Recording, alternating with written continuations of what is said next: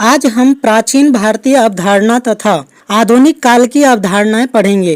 तो प्राचीन भारतीय अवधारणा देख लेते हैं। इतिहासकारों का मत है कि प्राचीन काल में भारतीयों में इतिहास लेखन की प्रति रुचि का अभाव था।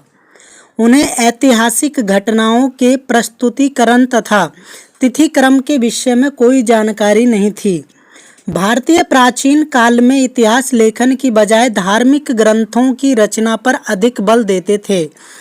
वे अपने लेखन में गल्पित गाथाओं और मिथकों को अधिक महत्व देते थे। इसका कारण यह था कि भारतीय समाज जातीय आधार पर 4 वर्णों में विभाजित था।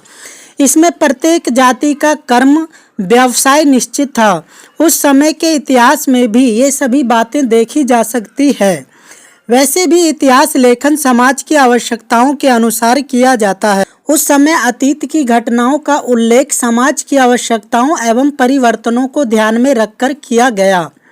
प्राचीन भारतीयों ने अपने लेखन में घटनाओं के क्रमबद्ध एवं तिथिक्रम विवरण की बजाय उस समय के समाज में प्रचलित परंपराओं एवं विचारों पर अधिक बल दिया, जिसमें कल्पित बातों तथा मिथकों का समावेश हो गया। एक लेखक के अनुसार वास्तविकता यह है कि कर्म मायावाद में विश्वास होने पर भी भारतीयों ने एक गौरवपूर्ण इतिहास का निर्माण किया तथा भारत के इतिहास के अज्ञानी व्यक्ति ही उनकी महती उपलब्धियों से अपरिचित होंगे। प्राचीन काल में जो इतिहास लिखा गया वह वर्तमान युग की भांति नहीं था। ऐतिहासिक दृष्टि से अतीत 2 प्रकार का होता है, एक मृत अतीत तथा दूसरा जीवित अतीत। मृत अतीत जिसमें घटनाएं तथा व्यक्ति इत्यादि सम्मिलित हैं। जीवित अतीत में परंपराओं का प्रसार एक पीढ़ी से दूसरी पीढ़ी तक होता है।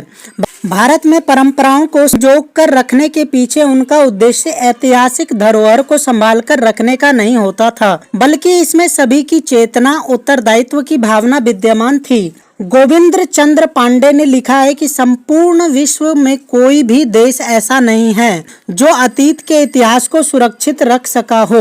बात स्पष्ट हो जाती है कि प्राचीन काल में भारतीयों में इतिहास की अवधारणा में रुचि नहीं थी। अपने इतिहास को चक्रीय एवं ईश्वरीय अवधारणा के आधार पर लिपिबद्ध किया। पुराणों में प्राचीन भारत के इतिहास देखने को मिलते हैं। अब देखते हैं आधुनिक काल की अवधारणाएं। यूरोप में पुनर्जागरण काल से आधुनिक इतिहास लेखन की अवधारणाओं का आरंभ माना जाता है। इस युग में इतिहास के दृष्टिकोण में बहुत व्यापक परिवर्तन आया। ईश्वर परक दृष्टिकोण के स्थान पर मानव परक विचारों को प्रधानता दी गई।